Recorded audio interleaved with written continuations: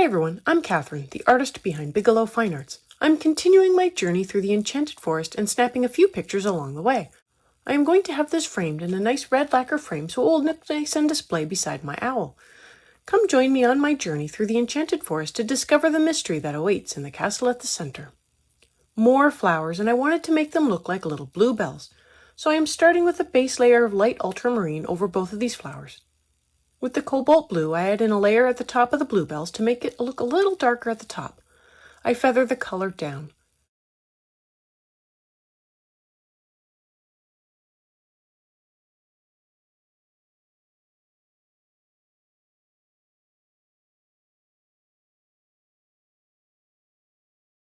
With the helio blue reddish, I darken the top and give the rest of the bluebell a light layer as well as just a few light stripes of color between the scalps to make it look slightly rippled.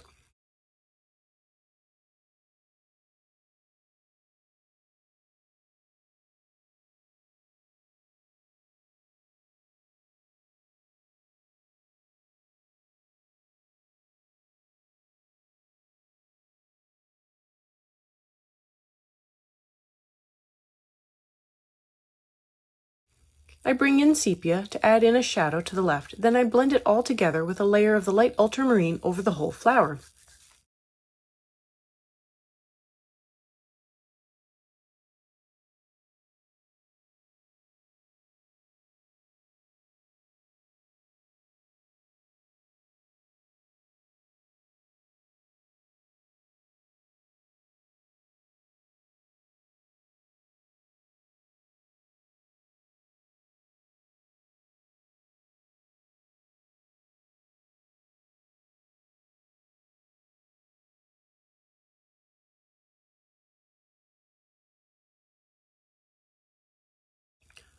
I bring in a little more cobalt blue to touch up the shadows and blend the edges a little more.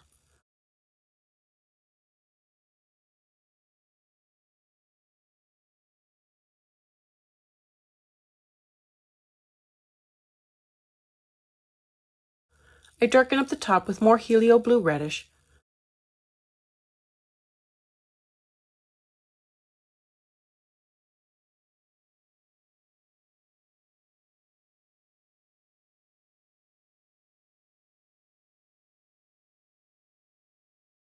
I blend the bottom with ivory to keep it light.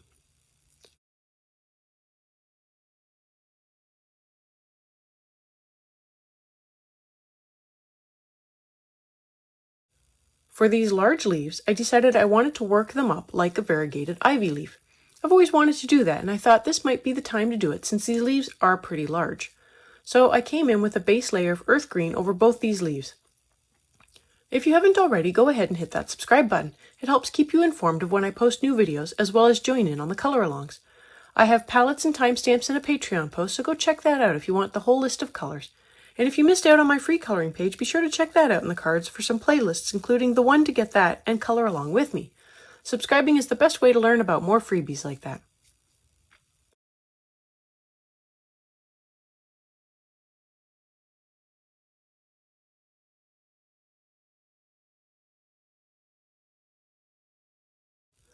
I come in with the earth green again, and I am working up additional layers within the center of the leaf. I want the center to be darker and the outer section to look almost white.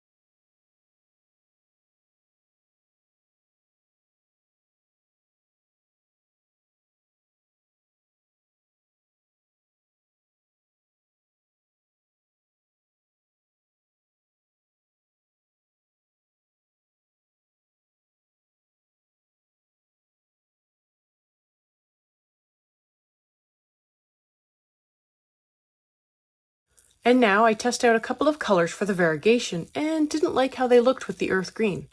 I finally hit on a color I thought worked well, and I erased back the test sample, filled in the area with earth green again, and now I'm ready to work up the variegation.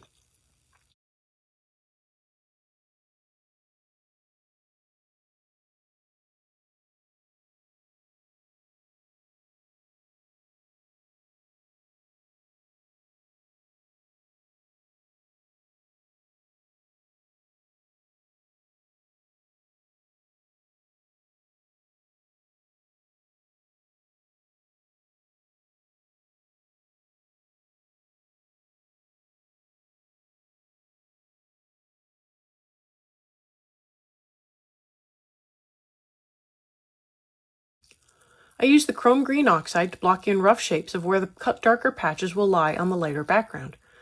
I am also working in some vein lines. I did look at a picture, but I felt like I lost myself in the leaf and ignored the picture. It gave me a place to start, and now I am just running with it.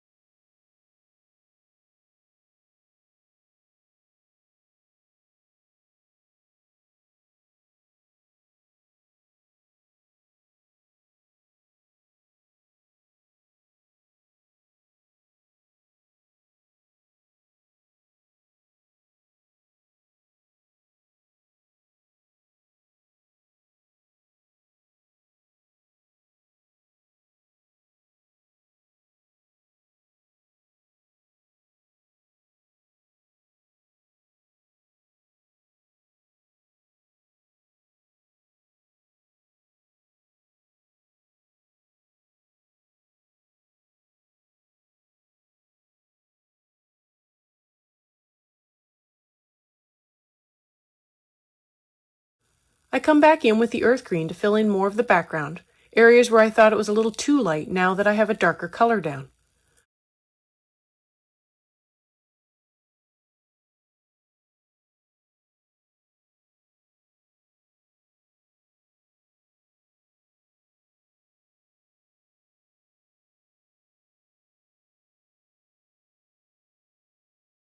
With the chrome oxide green, I work up the darker patches more, working to make the veins stand out a little more and to sharpen up the edges beside the veins. A little help from the eraser doesn't hurt and helps sharpen up the lines even more. If you've made it this far and have enjoyed coloring along with me or just watching these leaves come to life, I'd appreciate it if you'd give me a like and subscribe to stay informed of when I post more videos. It really helps me out. Check out my blog posts on Patreon. I have short write-up, my palettes, and a list of the chapter breaks, and they're available for everyone. If you have any questions or page requests, please leave them below or reach out to me on social media. I put in a list of chapter breaks in the show notes as well as a list of equipment I like to use. If you use any of my affiliate links, it really helps me out without costing you a thing. I post 3 times during the week, and subscribing is the best way to stay in the loop. Plus, if I post more free coloring pages, you'll be one of the first to know.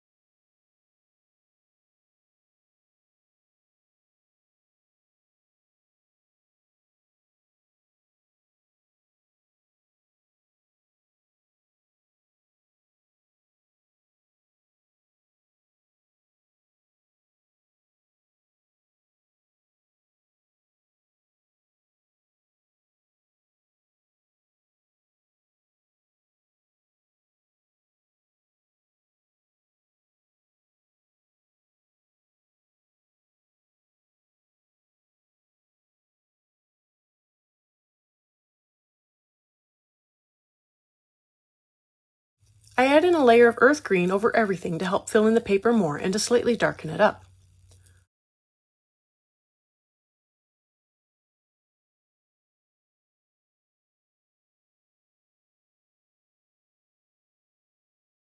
I come back in with the chrome green oxide to touch up little areas where I think it needs to be a little darker or to sharpen up a line.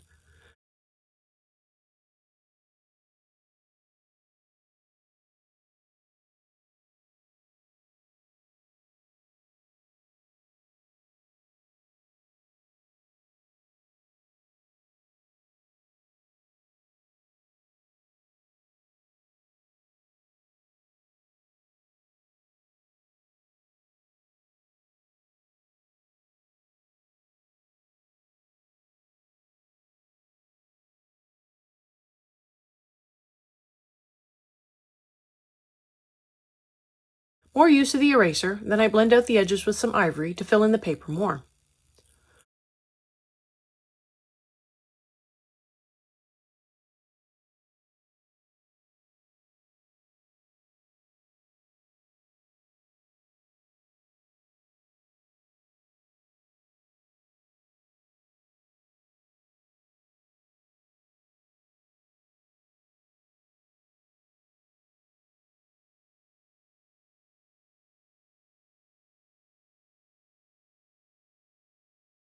Moving upwards a little, I come in with the sepia and touch up the green acorn before heading over to the squirrel and blocking in the shadows for the acorn it is holding. I add most of the shadows to the left bottom side and a little under the paw where it is holding the acorn.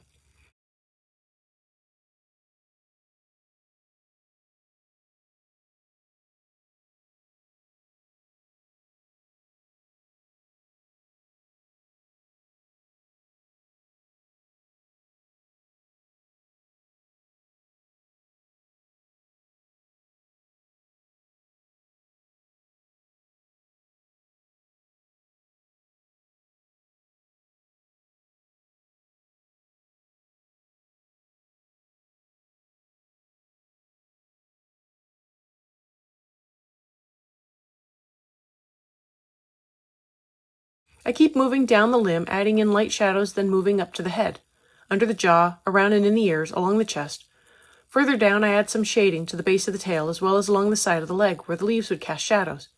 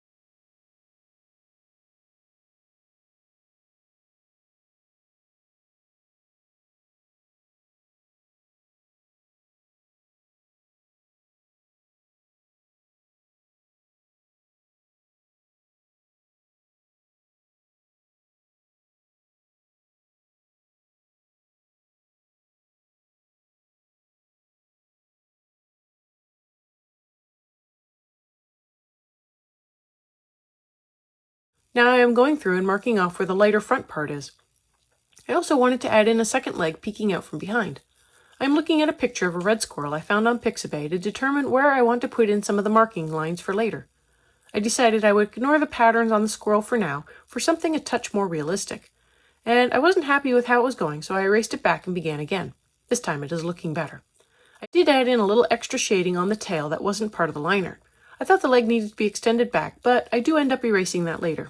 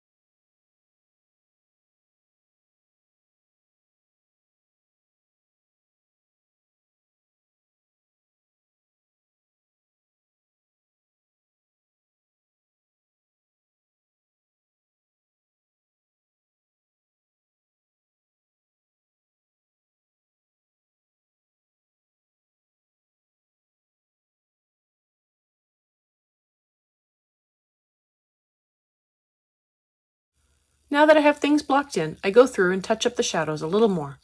I wanted to work on this now so I have time to sit back and look at it, make sure everything looks right, or if I just want to stick with the decorative whorls.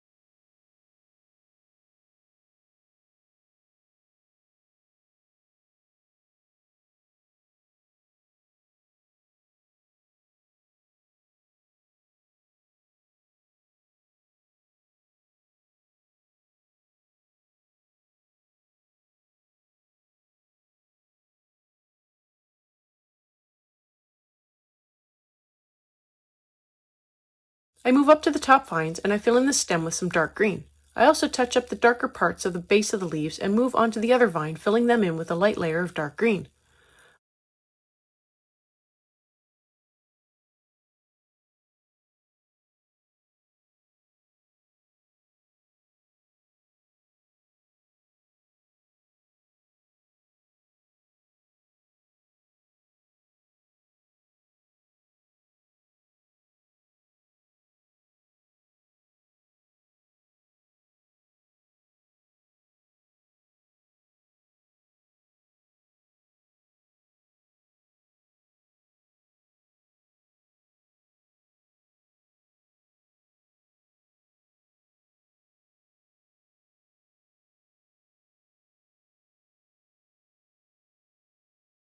I add in another layer at the bottom to make it a touch darker.